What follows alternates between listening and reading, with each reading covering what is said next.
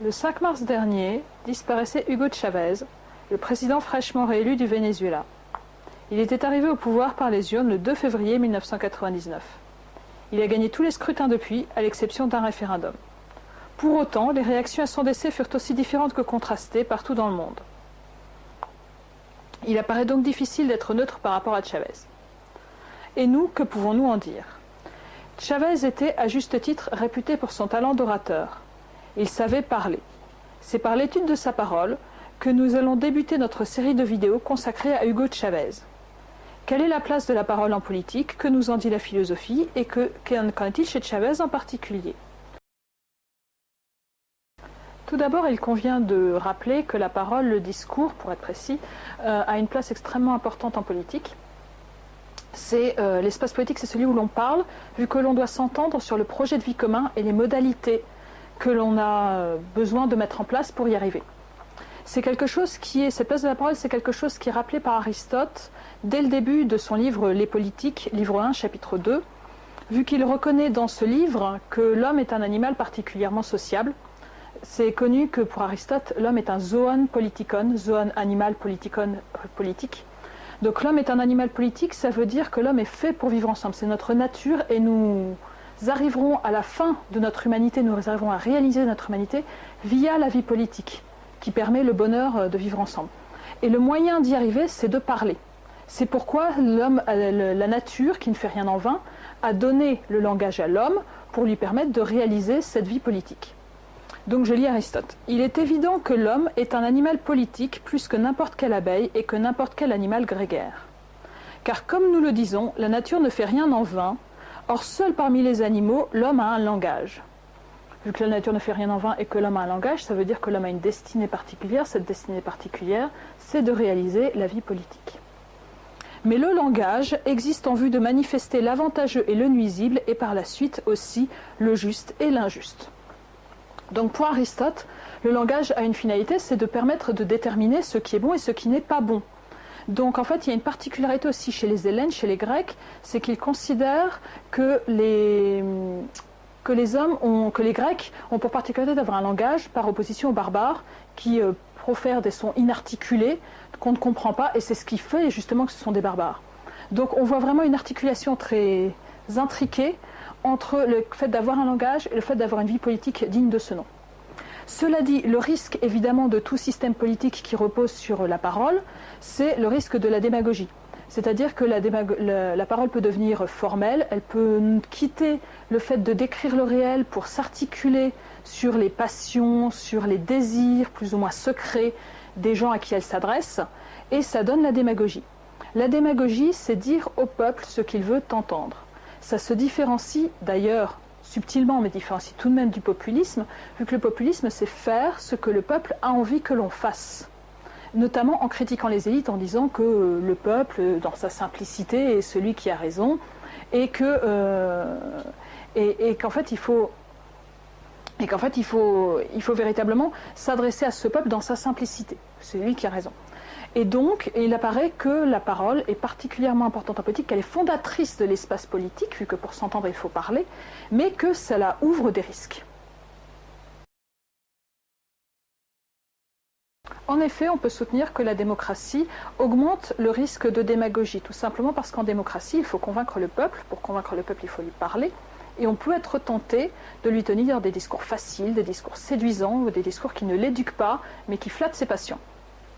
C'est par exemple ce que supposaient les sophistes. Les sophistes étaient ces professeurs de rhétorique qui, dans l'Athènes démocratique, vendaient leur capacité à parler pour former les jeunes Athéniens nobles qui se destinaient à la carrière politique, et avec l'idée que vu qu'il n'y avait pas de vérité, parce que les sophistes sont relativistes, ils pensent qu'il n'y a pas de vérité, qu'on ne peut pas trouver la vérité, que chacun est la mesure de toute chose.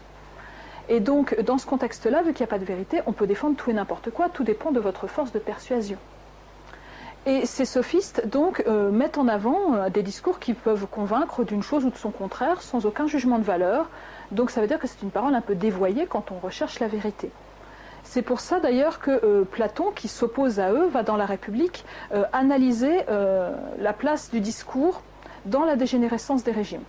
La République, c'est quoi? C'est le livre de Platon, un livre de la maturité, où il examine ce que c'est que la justice. Qu'est-ce que c'est que la justice individuelle, donc qu'est-ce que c'est qu'être juste, vous, moi, etc. Qu'est-ce que c'est qu'être collectivement juste, donc qu'est-ce que c'est qu'une cité juste, quelles sont les conditions à remplir. Et pour lui, il y a une analogie entre les deux, c'est la même structure, grosso modo, entre la cité et l'individu.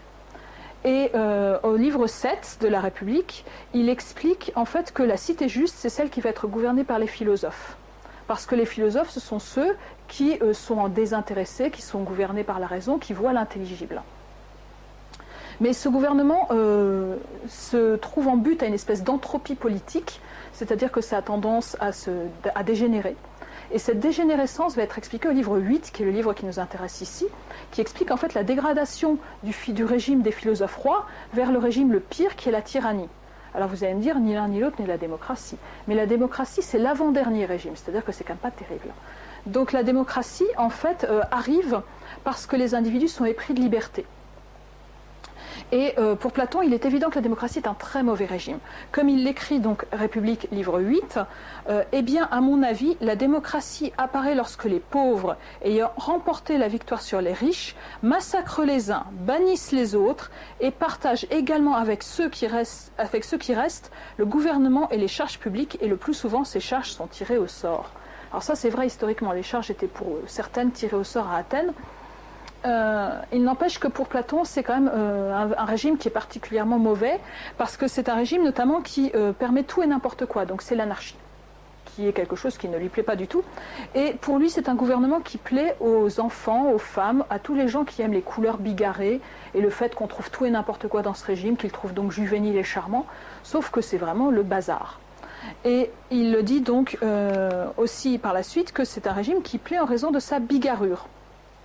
Mais dans cette espèce de bazar ambiant et généralisé, en fait, les hommes deviennent déréglés.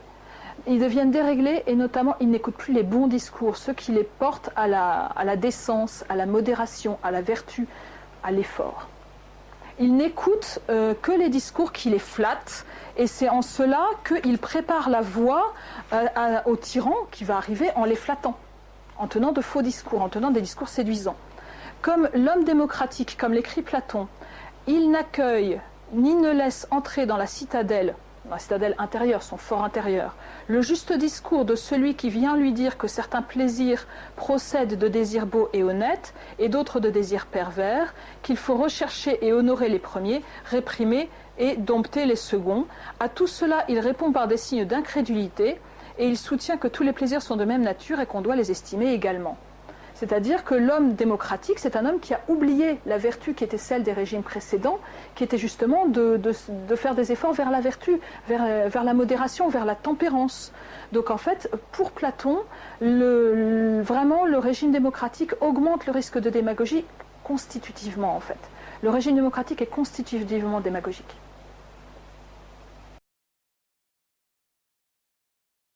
Chavez était précisément un grand orateur. C'est une qualité que personne ne lui conteste. C'est d'ailleurs quelque chose qui s'est manifesté dès les premières années de sa vie.